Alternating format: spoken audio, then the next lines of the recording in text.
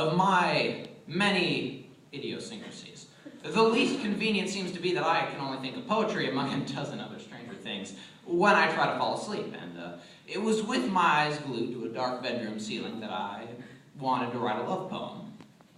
The words danced like fireworks in my head, but when I rushed to pen and paper, mud and ashes instead. The syllables through an open window had fled, so I slipped out the back to see where they led. And though hastily I pursued the sounds, they slipped my grip. The chase proved fruitless until I found a grassy hillside on which to sit, looked out across the valley of my suburban slice of wilderness, and begged the night return to me that thing I sorely missed. Crickets chirped their condolences, reminding me that in some distant future astronomers might find that a dozen stars had died mocking my impotence.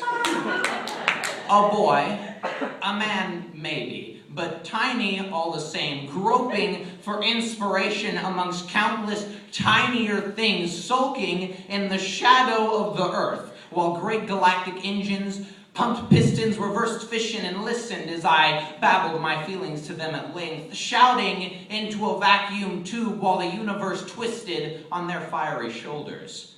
Unnerved by their wavering, faceless eyes, I fled to confine familiar spaces, closet agoraphobe that I am.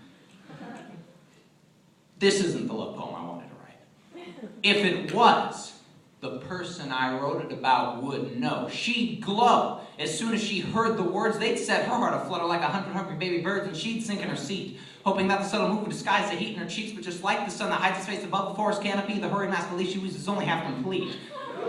I often fear that I am less a lover than a worshiper of effigies. Apparently idolatry is more my cup of tea. Apologies to the referee. You can't call foul if the game hasn't yet begun, you see.